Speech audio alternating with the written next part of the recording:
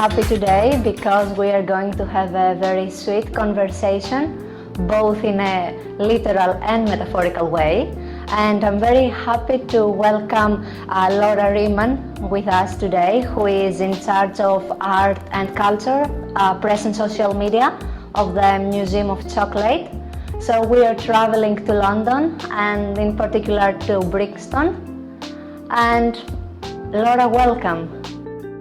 Thank you very much, and thank you very much for having us. It's an honor to be on your broadcast.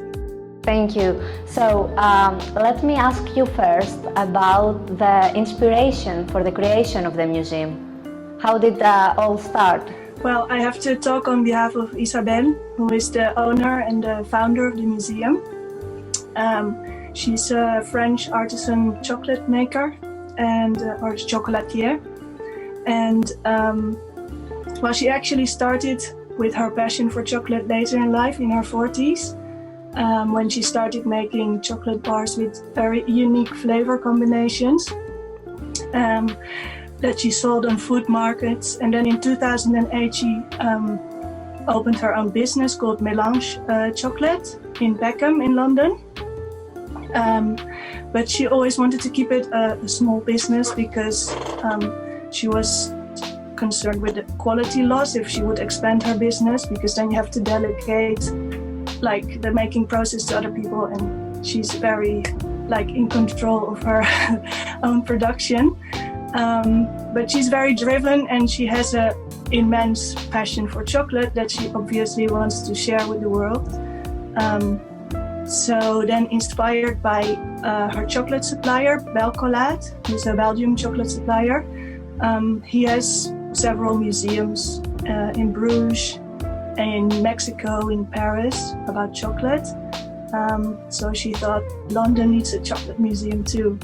And that's how she got the idea to also open a museum.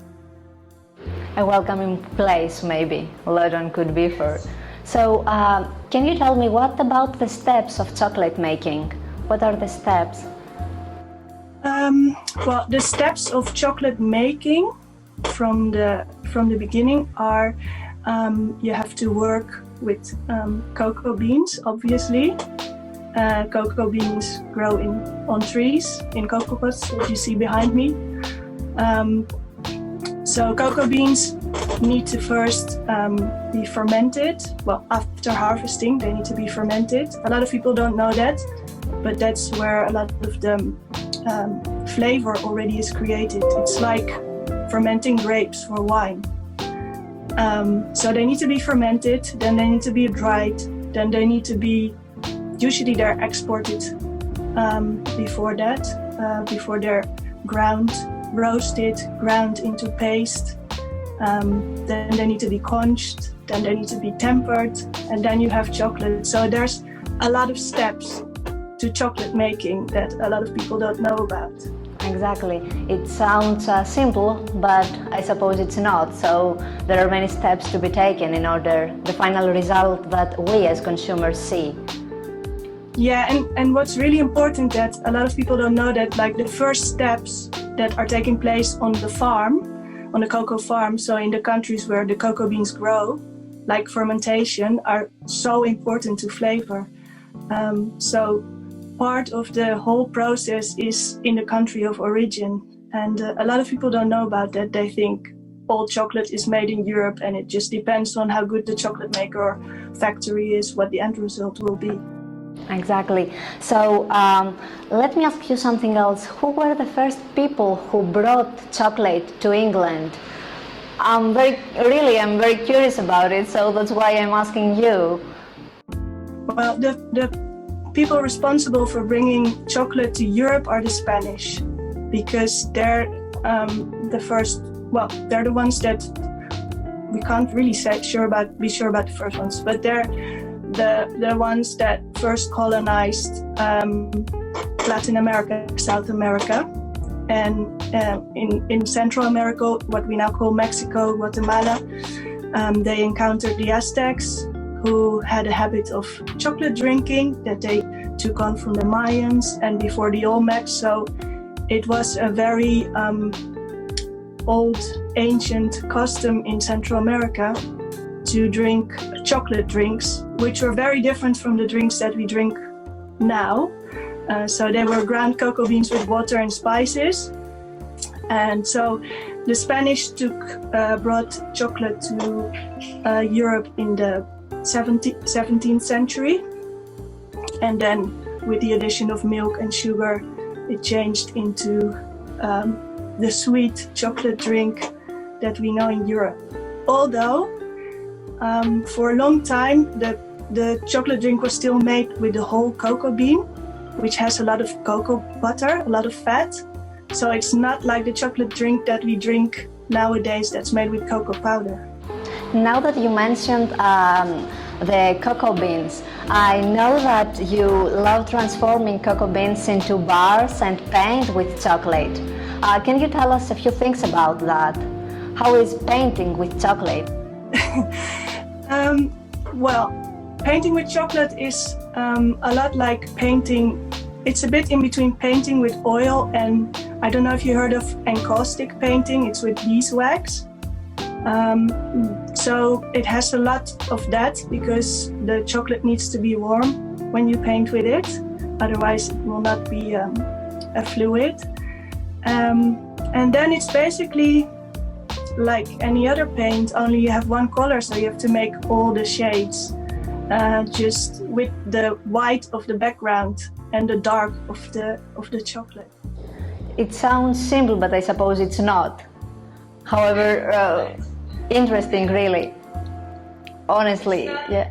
It's but there's more and more people doing it lately, and they're having great results as well. There's also like there I don't know if you know, but there you have coffee painters as well, and it's on water. It's water based, so they dilute the coffee. It's a bit of a similar effect. Taking advantage of every material and product in order to create, I suppose. Mm-hmm. The only difference with chocolate is that it needs to be tempered. So if you don't get the tempering right, which is the crystallization of the cocoa butter that you control with the temperature, then you get a white bloom. So as a painter, you can make use of that for special effects, but you have to know to control it, and that's quite tricky. Yeah, and a sensitive issue, I suppose. Now, going back to the Museum of Chocolate, what is the educational value of the Chocolate Museum? I mean, what can people learn by visiting the museum? What is the mission of it? The mission of the museum, first of all, is to teach people about chocolate history in the UK and to represent the UK chocolate industry, but also to give accurate information about chocolate history worldwide, the whole ancient chocolate history, of course, of the Mayans and the Aztecs. Of course, to give insight in the making process of how chocolate is made, very important. But we also want to show people how to taste chocolate and how to really enjoy chocolate with all the senses. I hope visitors can not only taste but also buy chocolate items or products from the museum. Yes, we sell a whole range of ethically sourced bean-to-bar chocolates from UK makers. So there's a lot of fantastic chocolate makers, independent chocolate makers in the UK who work with cocoa beans from different origins. And there's really a lot to discover in those kinds of chocolates. We also sell a interactive tasting experience, Chocotail, and it's an augmented reality experience on the Gamma app that takes you through the whole museum with a set of chocolate tasters. So you kind of see all the objects in the museum, learn about chocolate history, and then as you go along you taste all the different chocolates with it. So there are also workshops and some, let's say, courses that take place in the museum. Interactive educational courses and workshops. So we have courses. We have a school program for schools where school children learn about chocolate history, they learn how to taste chocolate. There's one variant where they make chocolate truffles. And then we have another, some Mayan chocolate making course where they make their own chocolate slab from ground cocoa beans. And we have workshops for adults as well, like the melange workshop, which is like a 3-hour truffle making workshop where they also learn how to taste chocolate, they learn about chocolate production. We do online tastings now as well because of the corona situation. I mean, the ideal thing with chocolate is always to be there in person and to do it live, but unfortunately we don't have this option now, so we offer online tastings and courses as well.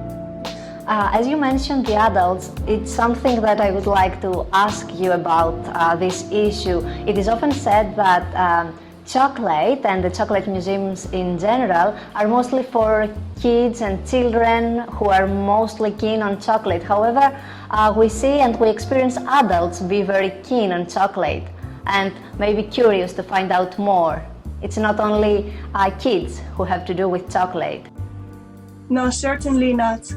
I mean, I always say it's a bit of a misconception that chocolate is still perceived widely as a sweet treat for children, which it is not, because I personally compare chocolate to wine or specialty coffee, because as I said before, quality chocolate is really a product that requires a large process of making, and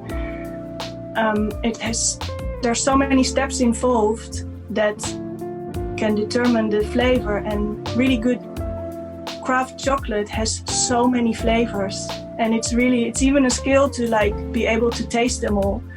So you can imagine there's so much to discover there for adults. I mean, most adults don't know about the history, they don't know about how it is made, so that already blows their mind. But then also to discover that with 3 different bars of dark chocolate, you can have such a different flavor experience according to the variety of cacao, according to the fermentation process, according to how the chocolate maker has made it, that I think there's a lot for adults there. Another misconception that I think is in the air is that chocolate is harmful. Consuming chocolate is harmful for our health. However, it's said that it's beneficial not only for our mental but also for our emotional health and our psychology, of course. What's your opinion on consuming chocolate? Well, it all depends on what kind of chocolate you consume. So if it's a chocolate made from beans that have been grown in a biodiverse setting, if they're ethically sourced, if they're processed the right way and not heated too much and not over roasted and all these things, and there's not a awful amount of sugar in the chocolate in the end, and there's no added fats like palm oil or shea butter or other trans fats that don't belong in there, then chocolate can be very healthy, because cocoa beans in themselves are very healthy. They have a lot of beneficial compounds to us. So they have theobromine, which is a bit like caffeine, but that's the the compound that makes us feel happy and like we're a little bit in love. They have a little bit of caffeine as well, but they don't give us this peak that coffee gives it, because it's released a lot slower in the bloodstream. And then they have several minerals and vitamins. So there's so many good things about chocolate. Then there's the taste that also makes us, happy. But I always say, if you eat a good quality chocolate, you will also be satisfied with a lot less than if you eat a bad quality chocolate that's mostly sugar and bad fats. Doesn't give you any health benefits, but you will eat a lot of it, because in the end you're more eating sugar than anything else, So it has to do with the amount and the quality as well. It's a combination, I suppose. It really depends on the quality of the chocolate, which is very important. But if you eat a good quality dark chocolate, it's actually good for your health. Good quality milk chocolate is also fine. I mean, we all have our preferences, and even white chocolate, it's all about the quality. Exactly.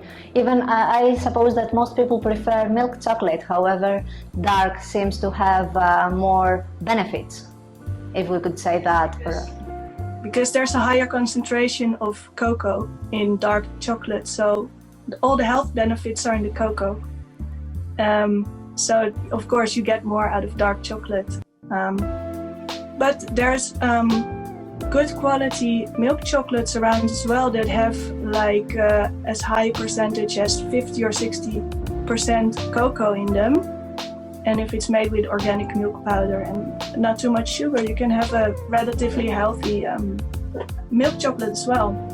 And nowadays they make milk chocolate with coconut milk as well, and other vegan milk, so there's really a lot to choose from. So let me ask you, what is chocolate for you? If you could describe it using 2 or 3 words, which words would this be? Love. Chocolate is, they say it's the food of the heart. And yes, I think chocolate and cacao are just love and magic are the 2 words that come to me the first. Yes, and I would also add pleasure in many ways, or passion for others. And yes, I say love because if cacao is cultivated the right way, it brings a lot of love not only to the consumers but also to the planet, because sustainable cacao growing helps keep the biodiversity in the rainforest intact. It's good for the growers. It brings pleasure to everybody, basically, to the animals that live in the forest, to the cocoa farmers, to the makers, to the consumers. exactly. I couldn't agree more. So I agree with every single word you said. Now, let me ask you, today, due to the COVID pandemic, things are quite difficult and access, I suppose, to the museum is not permitted. However, when is it available for the public under normal circumstances and conditions? Under normal circumstances, the museum is open from Wednesday to Sunday. So on Wednesday, Thursday, Friday, we're open in the afternoons because in the mornings we have usually our school program. So that's from 1 till 7 on weekdays, and then Saturday and Sunday we're open from between 11 and 6. And finally, where can people find you now? Online, I mean. Yes, so it's thechocolatemuseum.co.uk, and there you can see all our online activities that we offer. We have some free resources as well, like the A to Z History Challenge, where people can engage and children can engage and learn about chocolate history. We offer online tastings and online school program. And of course the Chocotail, the interactive tasting experience, you can also do from home, so you can buy the box from our website and then do it from the comfort of your home. That's perfect, good to hear and to know. Well, I wish we could say more, but time is limited, so I would like to thank you for being here with us today. It has been a pleasure and honor, and thank you for sharing with us your knowledge and your love about chocolate and all this useful information about the Chocolate Museum. Thank you very much. Thank you very much for having us, and it's been really a pleasure from my side as well. Thank you, Laura. Thank you. Enjoy the rest of the day.